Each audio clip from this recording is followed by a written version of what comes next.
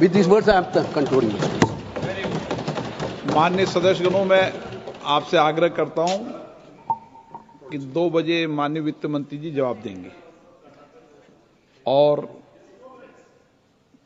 कभी भी, मैंने पहले भी कहा, फिर कह रहा हूं कि चेयर पर प्रश्न मत करें, ये विशेष ध्यान रखें।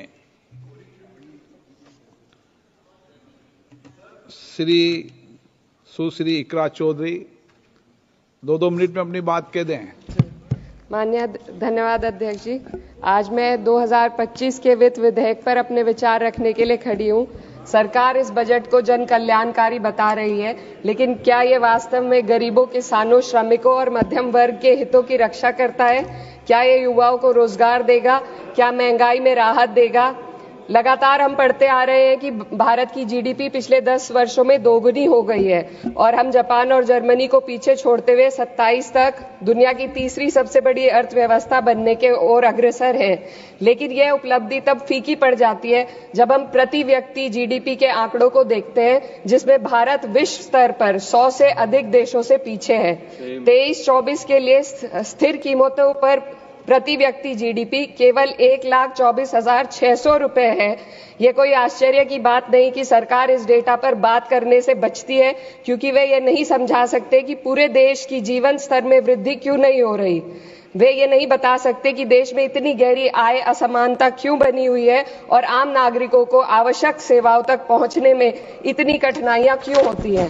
सरकार दावे करती है कि भारत की अर्थव्यवस्था दुनिया में सबसे तेजी से बढ़ रही है, लेकिन इस विकास का लाभ केवल अमीरों को मिल रहा है। आज हमारे देश में शिक्षित युवा नौकरी की तलाश में दर-दर भटक रहा है।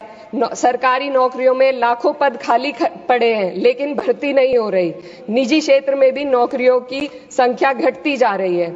उधर देश की शीर्ष 1% अमीरों के पास 40% से अधिक संपत्ति है, जबकि करोड़ों लोग 2 वक्त की रोटी के लिए संघर्ष कर रहे हैं। यह आर्थिक असमानता लगातार बढ़ रही है क्योंकि सरकार की नीतियां बड़े उद्योगपतियों को फायदा पहुंचाने के लिए बनाई जा रही है, जबकि गरीबों और मध्यम वर्ग को महंगाई और टैक्स के बोझ तले दाबा जा रहा है। जब यह सरकार सत्ता में आई थी तब $1 लगभग 60 रुपए के बराबर था और आज 83 तक पहुंच गया है। Sir 2 minute. रुपए की इस गिरावट का सीधा असर आम जनता पर पड़ता है। इस सरकार की मौजूदा वित्तीय नीतियां पूरी तरीके से अमीरों के पक्ष में झुकी हुई है। भारत एक समाजवादी देश है जहां सरकार का कर्तव्य है कि शिक्षा, स्वास्थ्य, यातायात जैसी बुनियादी सुविधाओं का लाभ अपने नागरिकों को पहुंचाए और उन्हें समान अवसर और सुरक्षा दे। भारत के सरकारी स्कूलों और अस्पताल की हालात लगातार बद से बदतर होते जा रहे हैं। सर, बस किसानों पर अपनी बात रखना चाहती हूँ। हमारा देश तब तक सशक्त नहीं हो सकता जब तक हमारे किसानों को उनका हक नहीं मिलता। 2023-24 में भारत की 46% श्रमिक आबादी कृषि क्षेत्र में कार्यरत थी, फिर भी इस क्षेत्र को नजरअंदाज किया जा रहा है। सरकार किसानों की आय दुगनी करने का वादा करती है, लेकिन असलियत यह है कि खेती की लागत बढ़ रही है, जबकि किसानों की आमदनी स्थिर बनी हुई है। ट्रैक्टर और हार्वेस्टिंग मशीनों पर 12% जीएसटी में, सर 1 मिनट, सर किसानों का मुद्दा है, बस 1 मिनट सर, खत्म कर लें।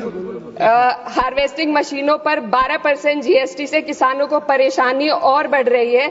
यदि सरकार इस बोझ को कम कर दे तो खेती में फायदा होगा। साथ ही साथ प्रधानमंत्री किसान सम्मान निधि के तहत जो मिलने वाली राशि है उसको बढ़ाकर 6,000 से 12,000 कर दे तो किसानों की आय में फायदा होगा।